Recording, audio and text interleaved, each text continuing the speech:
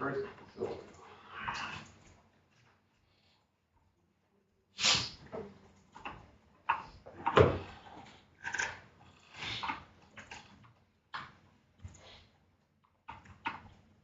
first up, I have this number right here, and I've assigned a variable to it that I've created called cart count. Just a number that's set to 0. Then this button over here, add to cart.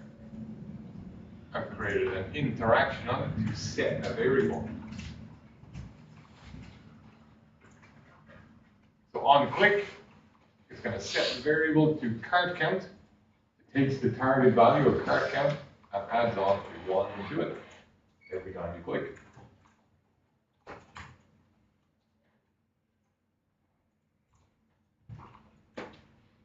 You just see clicking, it adds 1 on, 2 on, 3 on, 4 on, and keeps going. And now it's going beyond the screen, so probably some auto layout stuff would help there to help it dynamically get a little bigger, or you could make your bay, your circle big enough to take on bigger numbers.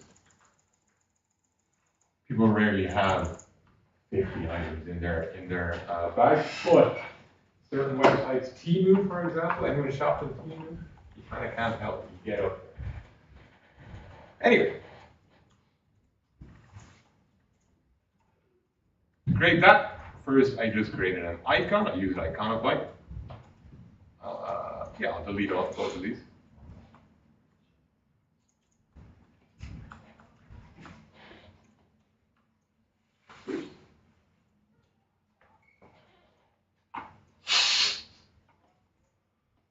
So I use Iconify to create my icon. The little cart. I'll grab this one right here. Import as frame.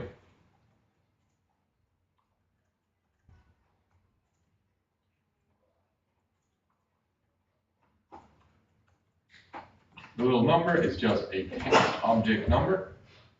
I'll put it as the number 0.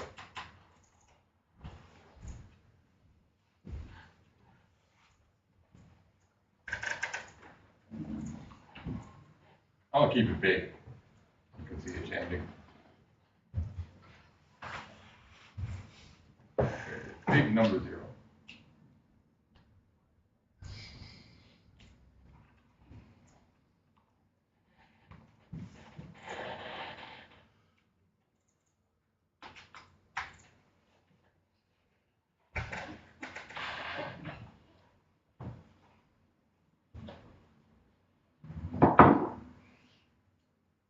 And you can see it's going off of this frame. I'll just turn off the clipping.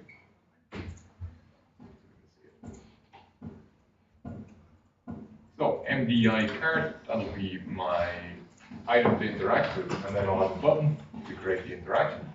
Again, just a quick rectangle. Oh, actually, I'll do it as a frame.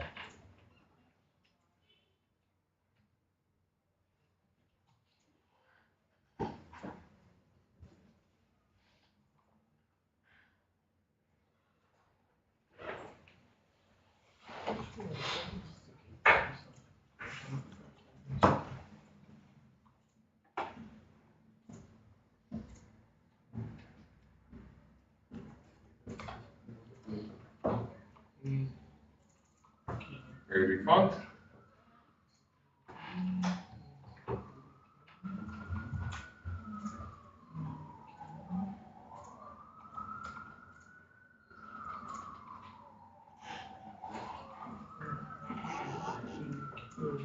Okay, that'll be my button.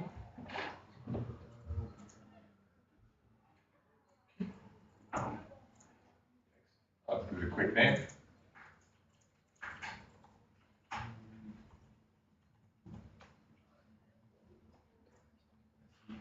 Buttons, add to cart. Cool, all very obvious stuff that we've already done before. The next step, we just need to set up our variable. So to set up variable, we just have everything deselected. You can press escape.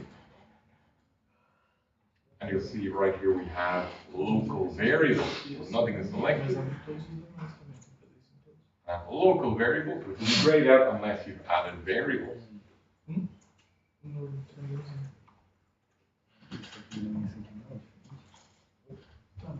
Go to the settings, and I've already created one called cart count. Can I remove it? Maybe not. Maybe I can. I'll try and delete it. Delete. No. Oh, wait, maybe I just cancel it. Alright, forget about removing it. I'll create a new variable because you'll have to do that. This will be creating a variable.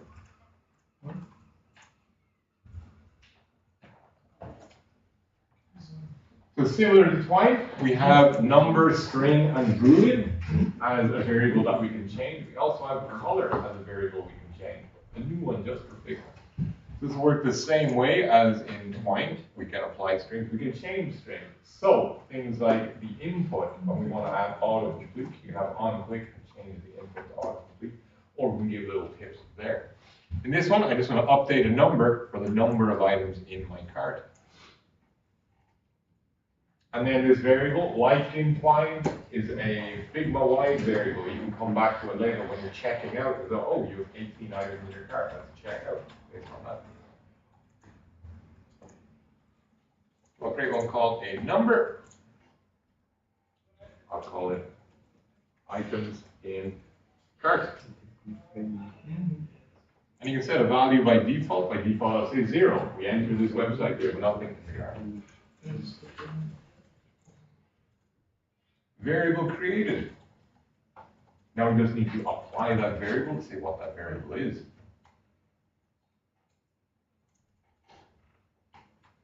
So first, I'm going to say that this big red 0 is the variable. I'm going to assign that first. I'll get to the text box, just select it, highlight it. And over here, apply variable. I hovered for a second, but apply variable is this button right here. Sidebar.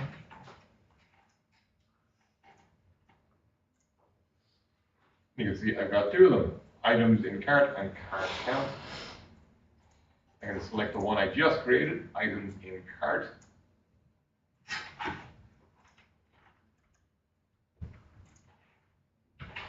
Now we've assigned this as items in cart. We just need to give the interaction to this button. And we don't use any of the loopy stuff. That's just going to give a quick navigate to. So we don't want that. We need a custom interaction. So add the interaction up here, on-click, and then the action is going to be set variable. That's also variable mode. Conditional, if statements, conditionals.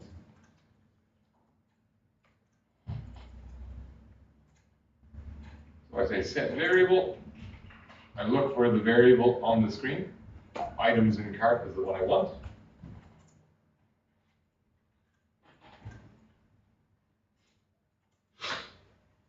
And then I need to write the expression.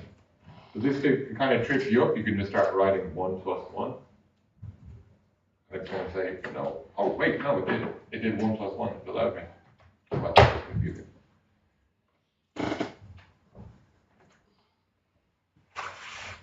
But then it's just going to do 1 plus 1 every single time. It's not going to add on to the original one. I'm going to select items in cart. Plus 1, minus 1, whatever mathematical operator you want to put on it. In this case, he's just adding 1. He said add to cart, it's going to update that button.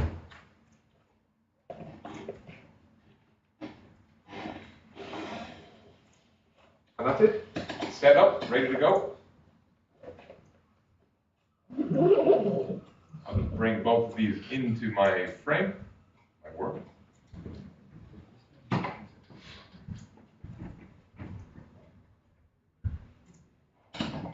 Test it out, and now I can add as many as I need.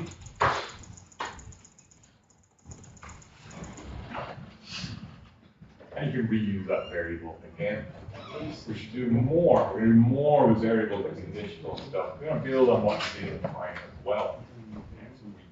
thought a little quick introduction to that. Because someone asked me the first question, can we do that? I said, yes, you can, but we haven't shown you at all.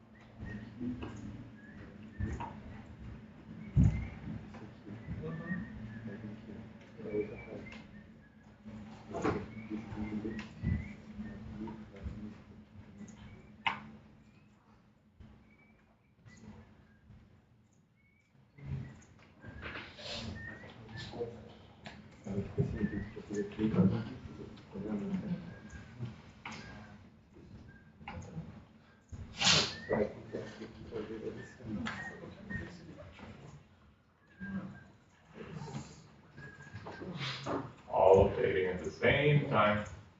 You can change the fonts, you can change the style, it's only reading the data, the number data.